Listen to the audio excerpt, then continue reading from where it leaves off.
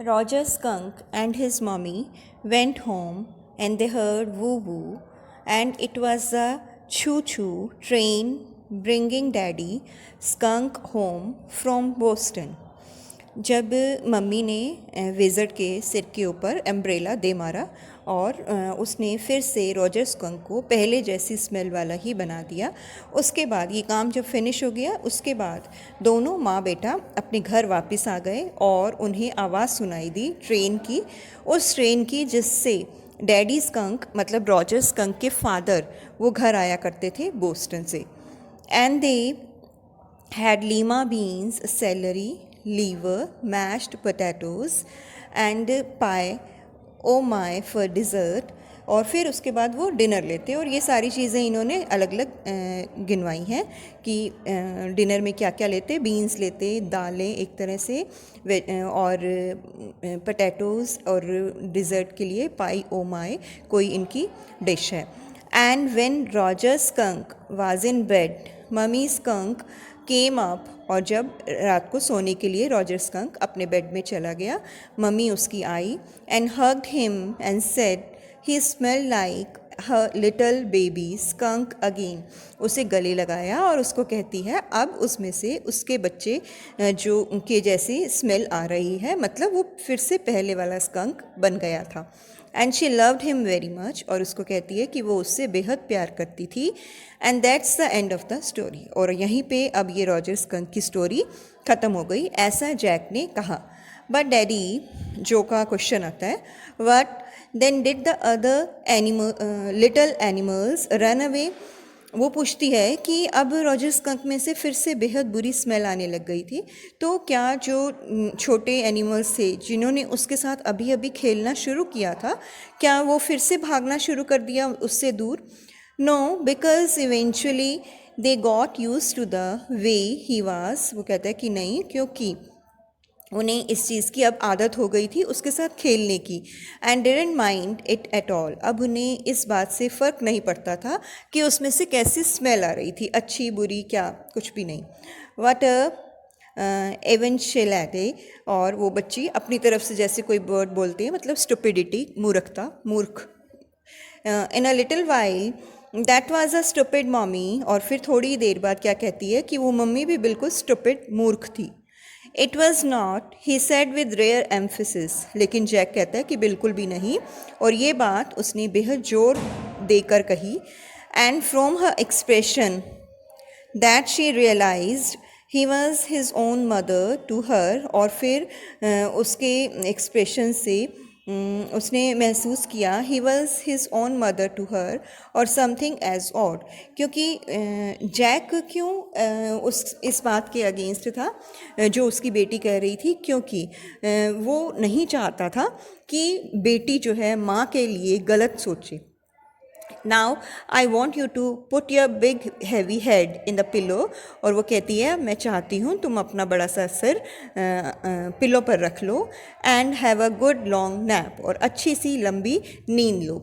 He adjusted the shade so not even a crack of day shot. और फिर उसने curtains जो है ठीक किए ताकि सुबह होने पर दिन की जो रोशनी होती है वो अंदर ना आए। Tiptoed to the door, और बिल्कुल दबे पाँव दरवाजे की तरफ गया। In the pretence that she was already asleep. बिल्कुल इस तरह से दिखाते हुए, प्रिटेंस मतलब दिखावा करना कि वो सो चुकी थी जैसे। But when he turned he was crouching on the top of covers and staring at him। लेकिन जैसे ही वो मुड़ा, उसने क्या देखा, वो अपने जो टॉप शीट है, ऊपर ओढ़ने वाली चादर, उससे बाहर निकलकर बैठी हुई थी एंड उसकी तरफ ही देख रही थी। हे गेट अंडर द कवर्स। और उसको कहता है कि फिर से अंदर चली जाओ, एंड फॉल फास्ट एस्लीप, और जल्दी से गहरी नींद सो जाओ। Bobby is asleep. बॉबी भाई जो है छोटा, वो सो चुका है। She stood up and bounced gingerly on the springs। वो खड़ी हुई और उछलने लगी मैट्रेस गद्दे के ऊपर। Daddy, what? अभी भी उसके दिमाग में कोई क्वेश्चन है। Tomorrow I want you to tell me the story that wizard took that magic wand, कहती है कल मैं चाहती हूँ तुम मुझे एक ऐसी कहानी सुनाओ जिसमें जो जादूगर है वो अपनी छड़ी उठाए एंड हिट दैट मॉमी, और उसकी मम्मी के सिर पे दे मारे। Her plump arm chopped forcefully right over the head, और उसने बोटी सी बाजू और जोर से अपने सिर के ऊपर जैसे दे मारी। No that's not the story, the point is that the little skunk love the mummy more than he loved all other little animals.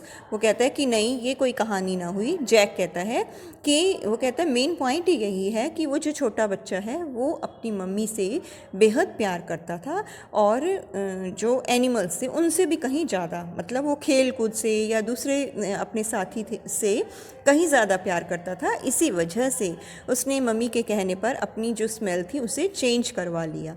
And she knew what was right, और उसकी माँ अच्छे से जानती थी क्या सही था। नो टुमारो यू से he had that mummy do it, she kicked her legs up, वो जोर जोर से जैसे टांगे मारते हुए बेड के ऊपर ही कहती है कि नहीं तो कल तुम कहानी कौन सी सुनाओगे कि उसने वापस मम्मी को मारा। And set down on the bed with a great heave, गहरी सांस लेते हुए बेड पर बैठ गई। Complaint of springs as she had done hundreds of times before, और मैट्रेस के बारे में वो शिकायत करने लगी जो कि वो बहुत बार पहले भी कर चुकी थी।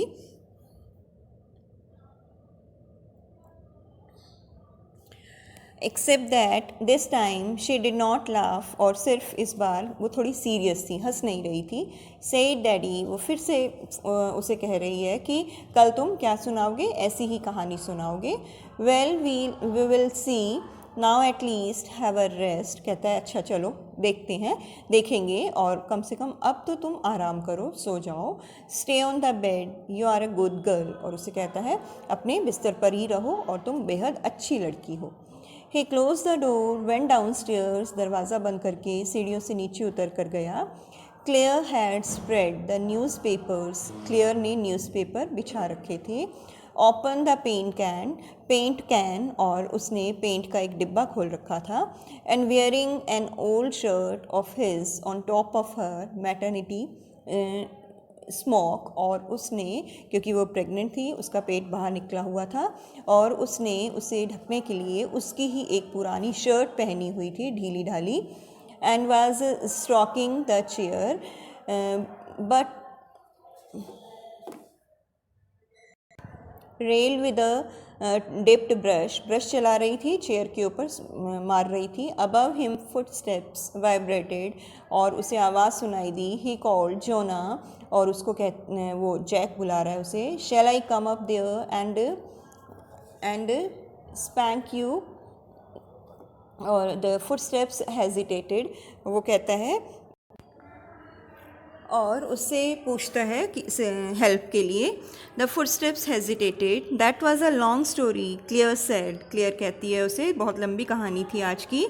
The poor kid, he answered and with utter weariness, और उसने कहा बेचारा अपनी बेटी के लिए ही कि, और उसके चेहरे पे अब बेहद ज़्यादा थकावट थी। वॉच्ड हिज वाइफ लेबर, और वो देखता है अपनी वाइफ को कड़ी मेहनत करते हुए।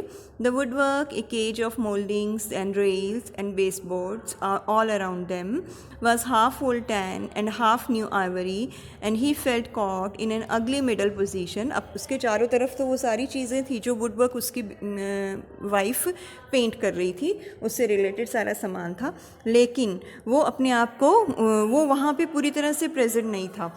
ही fell caught in an ugly middle position, वो अपने आप को एक बहुत ही बुरी पोजीशन में फंसा हुआ महसूस कर रहा था। And though he was well felt that his wife's presence in the cage with him, और उसे ऐसे लग रहा था उसकी वाइफ भी उस केज में उसके साथ पिंजरे में बंद थी।